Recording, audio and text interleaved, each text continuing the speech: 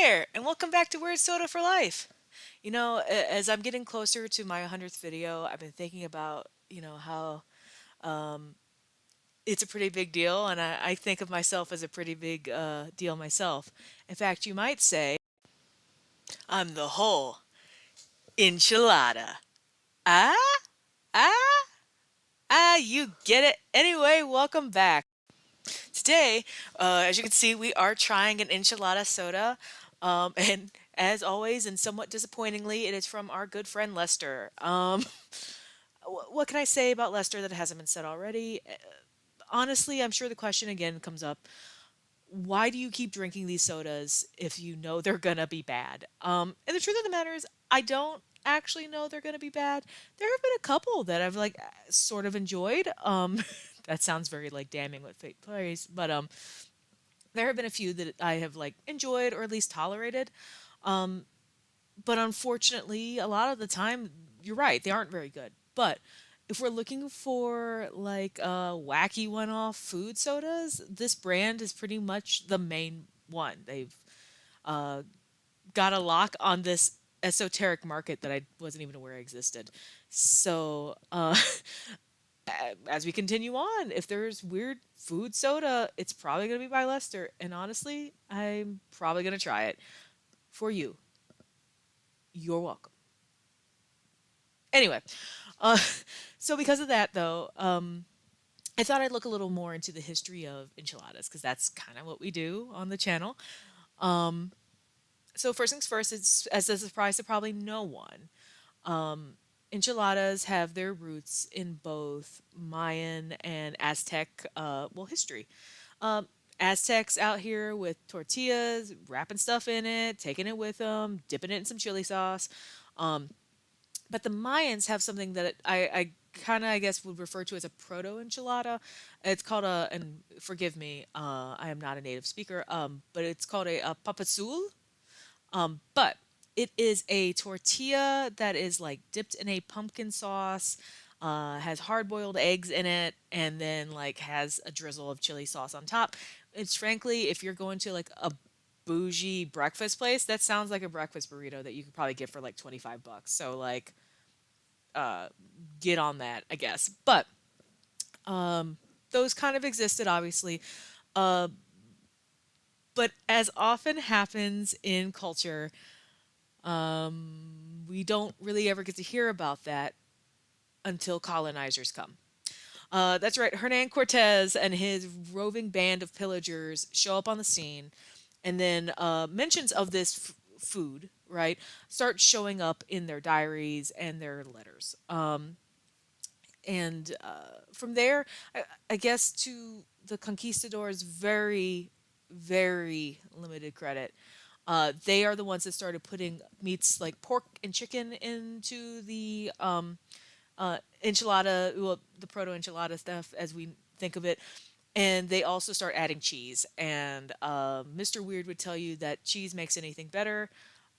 I sort of disagree, but like it's not worth ending a marriage over. So um, from there, the proto stuff kind of keeps getting mentioned, but we don't actually get the word enchilada until 1831 when it shows up in the first Mexican, was traditionally viewed as the first Mexican cookbook. And kind of like a lot of the other old school cookbooks we've talked about on the channel with foods, um, there's not really one author that's associated with that, so that's a little unfortunate. By 1845, the word enchilada shows up in a Mexican cooking dictionary, and then we start seeing it in like travel logs and things of that nature throughout the 1880s. Obviously, um, the border, even though post-Mexican War is still very fluid, people are coming back and forth. And Tex-Mex culture, right, starts taking place, not taking place, but developing its own unique culture, right? Um, and so that leads us to actually the first Mexican restaurant. I was surprised that the first officially Mexican restaurant, as we think of it, didn't start until 1922. It was in Tucson, Arizona. It's called El Charro Cafe. I believe it's still open. Um, but yeah, a dude named Adelea or Adela Gonzalez opens this restaurant up in 1922 and starts serving what we view as American traditional, so Tex-Mex style Mexican food, including, you guessed it, enchiladas. As we think about enchiladas today, I'm sure if you've looked at a menu for a lot of places, there's a variations of enchiladas. They all get different names, and then it turns out that a lot of those are really just calls outs to the regions in which those particular enchilada flavors were or mixes were developed. For example, enchiladas mineras comes from Guanajuato, which has a heavy mining culture. So mineras, mining culture, right? And those are usually filled with like potatoes and carrots, like things that are stick to you, very filling. Don't spoil without refrigeration, right? Conversely, you have enchiladas suezas, which is kind of more of a central Mexico dish, but the name of that actually calls out Swiss immigrants that moved to Mexico and created dairy farms, which creates the cheese and the cheese sauce that enchiladas suezas are known for. So, like, if you ever see a name for like enchilada blank, I mean, obviously some things like enchilada verdes is for the green sauce, but like ones where you're not quite sure what the origin of the name might be, maybe take a look at the origin of it, and maybe you'll find out it's for a different state, a different Mexican state. With that, I've blathered on long enough because, as you can guess, I've been trying to put off trying to drink this thing. So let's see what we've gotten ourselves into. Um, Lester looks as dour as always. But the enchilada soda looks, well, the enchilada looks edible. I don't know what to say about the soda, but we'll find out in a minute. But as you can see, very basic design. Photo of an enchilada. There's a ghost cactus in the background, like weeping for its lack of coherent body, I guess. Um, and let's see if we can get this bad boy open, shall we? No, not like this. Not again. Uh, okay, so this was legitimately not a twist top, but I still feel um, thwarted. With that, I'm gonna pour this in. I'm gonna bet it's orange. I have not actually looked at the bottle, but we'll see. Oh, what a shock! It's orange. What a absolute shocker! Because that's what we do. Let's see.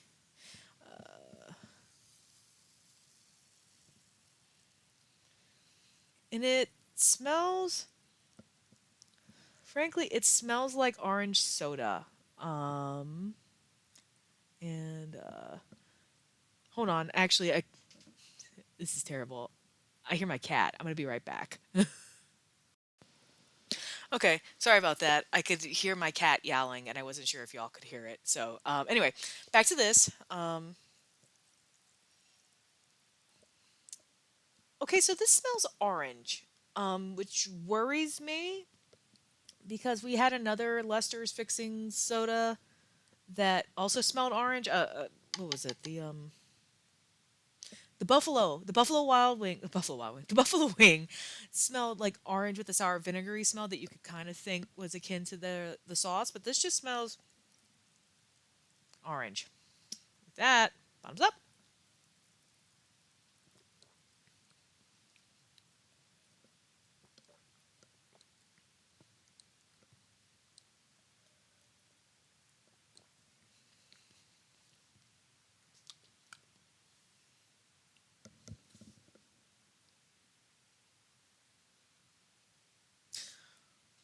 Okay, you're not gonna believe this. um, this tastes a hell of a lot like that Buffalo Wing soda. Like almost too much like that soda. Um, there's like a slight hint of what might be construed as, oops, I sneezed and a little bit of McCormick's taco powder got into this orange soda, and that's being incredibly generous to what the amount of spice or whatever is supposed to be in this. I'm I'm not sure what else to say about this. This is not, well, okay. Just like with that soda, the Buffalo Wing soda, if you're basing it on just being a soda alone, It's pretty nondescript, won't blow you away. It's kind of just a orange soda with a weird sort of a very very sweet, somewhat limited aftertaste. But if you're measuring it based on the food that it's supposed to be, this is a terrible soda.